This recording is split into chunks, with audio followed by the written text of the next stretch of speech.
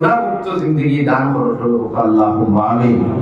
আপনি দোকানে বইয়া তেমুকাত বইয়া মানুষের শেখায়ত করলা বদনাম পারবো এটা কত বড় গুনাহ নাকি মুখে চাই কেমন বড় গুনাহ। আল্লাহ কইতা ওয়াইলুল লিকুল্লি হুমাযাতিন লুমাযা। আল্লাহ পাক বলেন ধ্বংস হয় প্রতিটা মানুষ যারা মানুষের গীবত করে, মানুষের পিছনে আইতাল করে এবং মানুষের ধিক্কার দিয়া কুসা মারিয়া কথা করে নাউযুবিল্লাহ। আল্লাহ কইতা ধ্বংস, আল্লাহ যদি কইতা বরবাদ আপনি বেহেশত যাইবার লাইন আছে দিয়া না। ও যুবক ভাই, পর্দা নিশির মা বোনেরা, আপনি ফাজর করে নামাজ পড়িলাম, তাহাজ্জুদ করে নামাজ পড়িলাম, ইশরাক করে নামাজ পড়িলাম,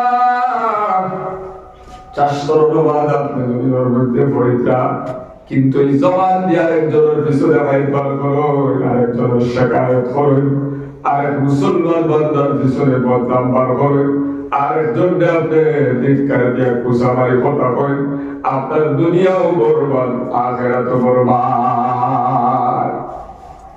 এখন আপনারা কই এমন গুনার মধ্যে কিছু মানুষ আমরা সমাজে মুক্ত আছে না নাই? ও যুবক ভাই, পর্দা নিশির মা বোনেরা, এই গুনার মধ্যে বেটা মানুষ যারা মুক্ত না, বেটি মানুষও হললা মুক্ত না আছেন। মানুষের শেখায়ত দিয়ে গুণা মানুষের পিছনে আইবার করা ভালো হতে জানা রাখিও। এই আয়াতে কারিমায় মুখস্থ রাখিও, মুখস্থ তো সবর আছে স্মরণের মধ্যে রাখিও। আল্লাহ বলতে ওয়াইলুল লিকুল্লি হুমাযাতিন লুমাযা, দুইটা গুনার কাম যারা করবা তারা ধ্বংস। একটা হইল হুমাযা, তার মানে মানুষের আইবার করা, মানুষের পিছনে শেখায়ত করা, মানুষের পিছনে বদনাম বার করা। আর দ্বিতীয় গুনার কাম হলো লুমাযা, তার মানে মানুষের ধিক্কার দেওয়া। এই দুইটা কাম এমন মারাত্মক গুনাহ, এমন ভয়ঙ্কর গুনাহ, আল্লাহর নবী ফরমাইতেন আল-গীবাতু আশাদ্দু মিনাজ জিনা। মানুষের শেখায়ত করা, মানুষের গীবত করা, মানুষের পিছনে আইবার করা, এটা জিনার চাইতেও আরো জঘন্যতম গুনাহ। নাউযুবিল্লাহ। জিনার চাইতে অবৈধ একজন পুরুষ এবং মহিলা জিনা করে ফেলে দিয়া, এইরকম জিনা করলে এই মানুষের স্থান আর সমাজও আসেনি। যত সময় পর্যন্ত তওবা করিয়া নিজের সংশোধন করবো না, গুনাহমুক্ত হইব না, সমাজে পর্যন্ত তার জায়গা নাই। এত মারাত্মক একটা গুনাহ জিনা। ও জিনার চাইতেও জঘন্যতম গুনাহ কইরা মানুষের পিছনে আইবার করা, মানুষের পিছনে বদনাম বার করা। আইটা আমরা এমন পর্যায়ে গেছি, খালি একজন আরেকজনের পিছনে, একজন আরেকজনের পিছনে কে কার আইবার করতো, কে কারে ছোট বানাইতো, কে কার বদনাম বার করতো। মুসলমান বাবারা, জিনার চাইতে জঘন্যতম গুনাহ সামনে হলো। নবীজি ফরমাইলেন জিনার চাইতে জঘন্যতম গুনাহ। প্রশ্ন হইল জিনার চাইতে জঘন্যতম গুনাহ সামনে হলো বলে জিনার সম্পর্ক হুকুকুল্লাহর লগে, আল্লাহর লগে, আর গীবতের সম্পর্ক হলো হুকুকুল ইবাদের লগে। বান্দা তুমি জিনা করিলাইছো, আল্লাহর দরবার তওবা করবাই। ও মালিক, আমি জিনা করিলাইছি, আপনার কাছে তওবা করিয়া খালিস তওবা যদি করিলাম, সচ্চা তওবা যদি করিলাম, ও মুসলমান, তওবার বরকতে আপনার জিন্দেগির গুনাহ আল্লাহ মাফ করে দিলেন।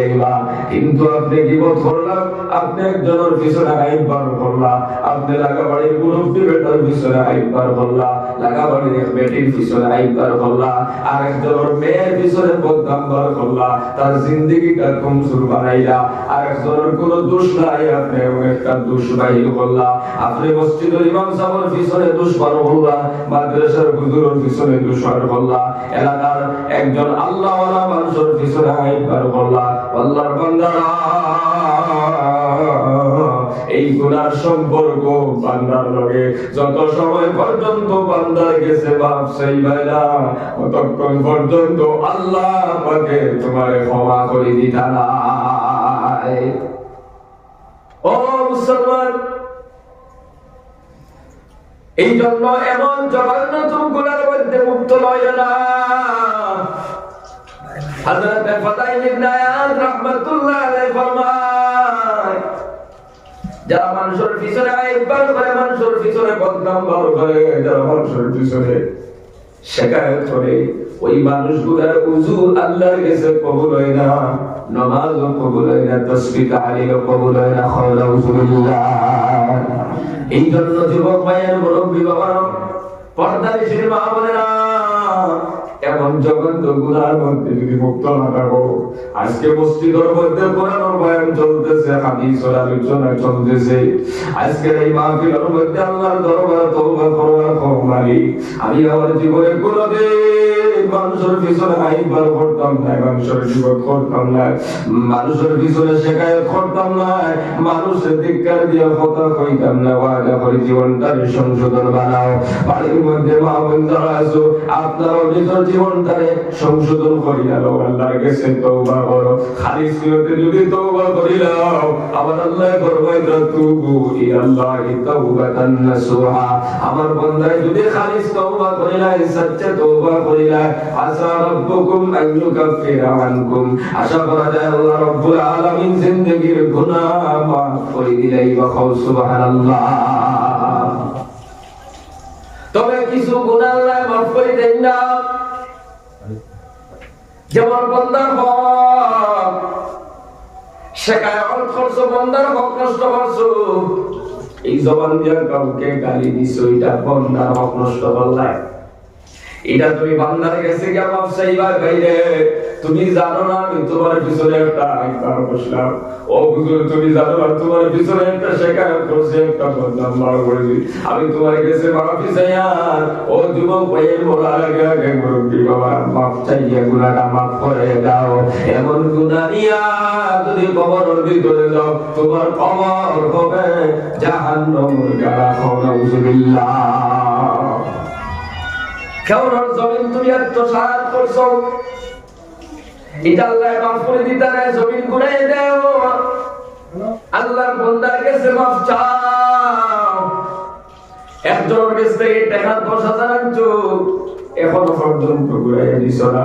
তুমি বলে মানুষের সামনে পয়সা খুঁজিল, ওখানে দিতাম নাই, তুমি খানায় গরম দিল, খেতে দিতাম নাই।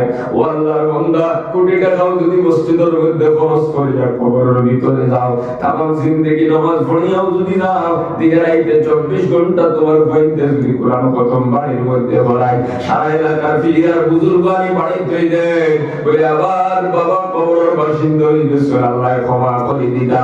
ও যে অন্যর সম্পদে আত্মসাৎ করিয়া গেছো, টাকা আত্মসাৎ করিয়া গেছো, এটা আল্লাহ রাব্বুল আলামিন তোমার ক্ষমা করে দিতা নাই।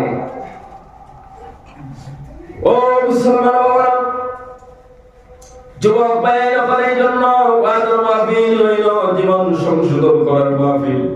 আল্লাহর কাছে তওবা করতে, জীবনটা সংশোধন করতে, নিজের ভুলগুলো তোরা দৌড়ায় আর দরিয়া চুরি চুরিয়া ওই ভুলগুলার বাহির করিয়া তওবা করলেই তাই আল্লাহর কাছে ফানা চাইতে।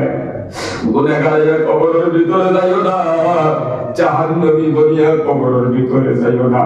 আমার আল্লাহ ফরমাইছে, ইন্নাল আবরারা লাফি নাঈম ওয়া ইন্নাল ফুজ্জারা লাফি জাহিম। আল্লাহ পাক বলেন, নেককার মানুষরা জান্নাতে যাইব। ও মুসলমান।